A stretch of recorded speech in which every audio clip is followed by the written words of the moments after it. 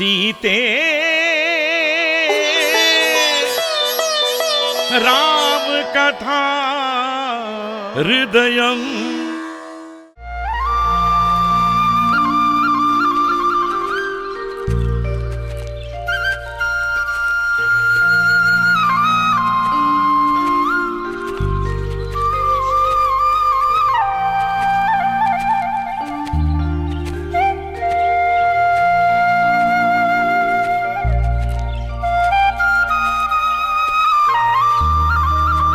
गुरुदेव,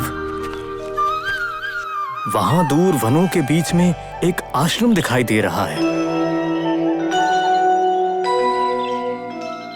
किंतु आपने कहा यहां किसी मुनि का वास ही नहीं है। ये किसका आश्रम है और यहां किसी का बसेरा क्यों नहीं है? हम ये जानने की इच्छुक हैं मुनिवर, कृपया करके हमें बताएं गुरुदेव। राघव, इस समय जो तुमने प्रश्न किया है वह समय पर है और उचित है। उस आश्रम में जो महर्षि रहते थे, उनका उस आश्रम को त्याग कर चले जाने का कारण मैं तुम्हें बताता हूँ। तुम दोनों ने महर्षि गौतम का नाम तो सुना ही होगा। गौतम महर्षि तो सप्तऋषियों में से एक ऋषि है ना? जी हाँ, सप्तऋषियों में से एक ऋषि गौतम जी है और वह कुलाधिपति भी है, गोत्र प्रवर्तक भी है। अनावृष्टि के समय में हजारों ब्राह्मणों को अपने आश्रम में आश्रय देकर अतिथि सत्कार्य किया था उस विद्वान महापुरुष ने।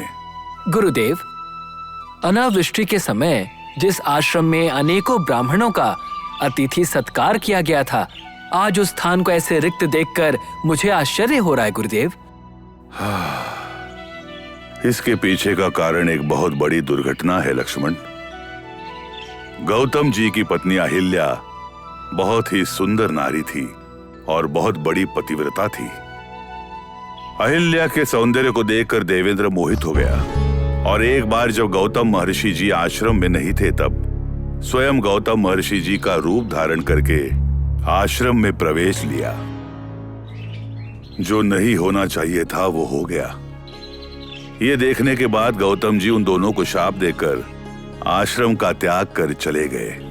पाप मिटाने वाली गंगा के चरण जब पश्चाताप मिटाने आश्रम में प्रवेश हुए, कलंकित पत्थर जैसे ऋषि बन चुके हैं।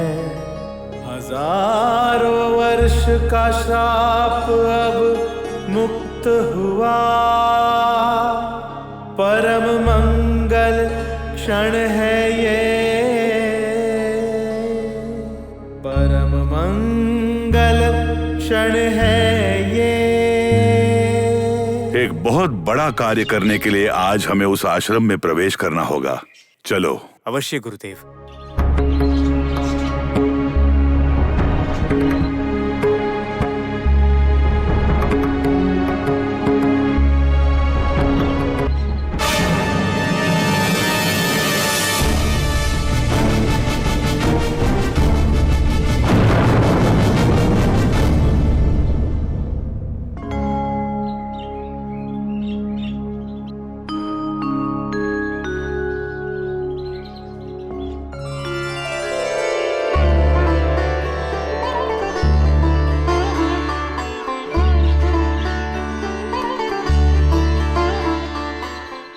भगिनी अहिल्या देवी, राम के आगमन से तुम्हारे श्राप का विमोचन हो गया है।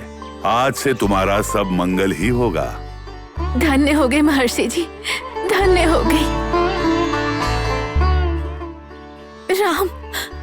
रामचंद्र, आपके इस दिव्य मंगल रूप को देखने के लिए और अपने आप को श्राप से मुक्त करने के लिए हजारों वर्षों से मैं ध्यान लगाकर प्रार्थना कर रही थी। मेरी वो तपस्या, मेरी अपेक्षा आज आपके आगमन से सार्थक हो गई, सार्थक हो गई प्रभु। रामचंद्र, लक्ष्मण, आप दोनों मेरे अतिथि सत्कार को स्वीकार कीजिए। इससे मुझे बहुत प्रसन्नता मिलेगी प्रभु। मैं आप दोनों से विनती करती हूँ। माता, हम तो महर्षि विश्वामित्र की आज्ञा के अनुसार इस आश्रम में आए हैं। हमने तो इनके आदेश का पालन किया है। रामचंद्र, केवल तुम्हारे पदस्पर्श से हजारों साल से अदृश्य जीवन, असहनीय जीवन के साथ साथ उनका श्राप विमोचन भी हो गया। अहिल्या देवी अत्यंत आनंदी है। वे तुम्हें अतिथि सत्कार देकर अपनी भक्ति और अपनी कृतज्ञता दिखाने की इच्छा जता रही है। उसकी इच्छा का सम्मान करते हुए उसके अतिथि सत्कार का स्वीकार कर लो। जो आज्ञा गुरुवर। माता, आज हम यहीं पर रुककर आपके आतिथ्य को अवश्य स्वीकार करेंगे। धन्य हो गई रामचंद्र, धन्य हो गई। सीते राम कथा हृदयं